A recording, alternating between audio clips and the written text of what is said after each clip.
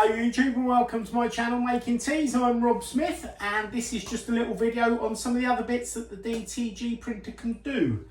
I've got to do some little logos on caps, so obviously they can't go on the machine. So what I can do though is print myself a sheet of DTF.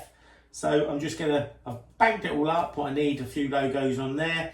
And I'm going to pop this DTF sheet through and you can see just the sort of some of the process I do to make myself some DTF sheets. So we'll set that off and I'll show you that being printed. So as you can see, it's printing the sheets, which what it does is on the DTF sheets, it prints the colour first and then it lets the ink dry and it will pop the white backing on to help it show up on the darker garments.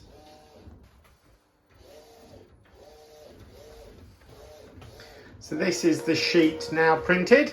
So that's going to let that ink dry back a bit. So the machine's saying it's going to give it 38 odd seconds, 39 seconds for that ink to dry back. Then it will go back in and it will print the white layer of ink over the back of it. That's now printing the white ink on the back of the logos so that they show up nicely on the darker garments. As you can see there, it's got the white ink on the back of the logo now.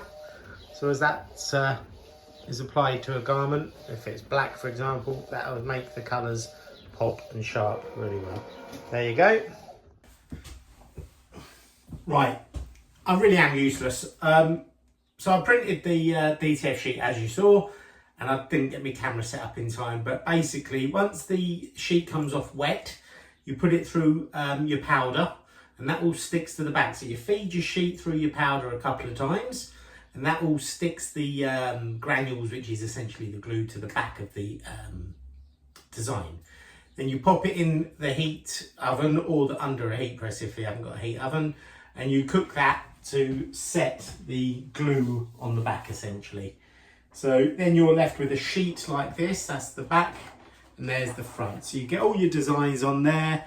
They've all got a layer. So the ink, the colour ink went down, then the white ink, then the powder, then the powder's cooked to sort of seal and whatever, and then you can press that now onto a garment.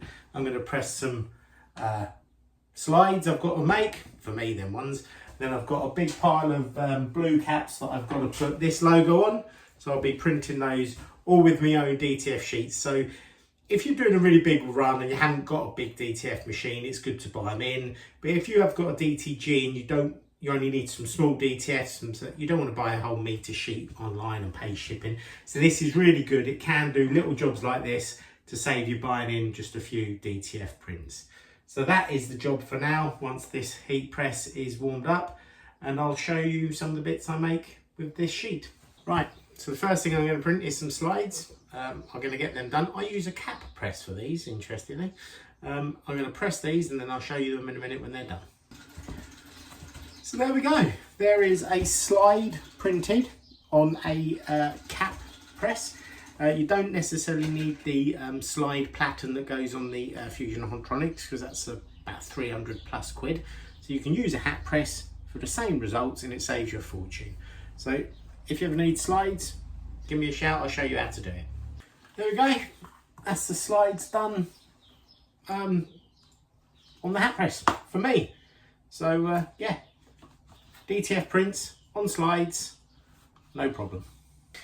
So as you can see, I've got lots of caps lined up, doing lots of caps, really quick and easy on the hat press. So when it's, these are hot peel, but I'd always recommend peeling them cold. It just avoids any chance of sort of pulling away the edges or the smaller parts of the design.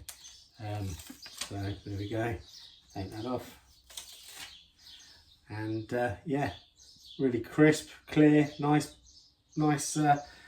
print using the little DTF prints that we done on the DTG machine.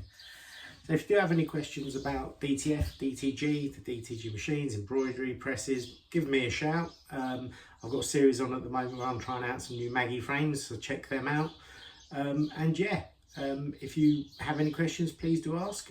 If you don't follow the channel, please do. I'd love to get to 1,000 subs, that'd be amazing. And drop me a like if you want to. But anyway, I'm Rob Smith, this is Making Teas. Thanks for watching and I'll see you again next time.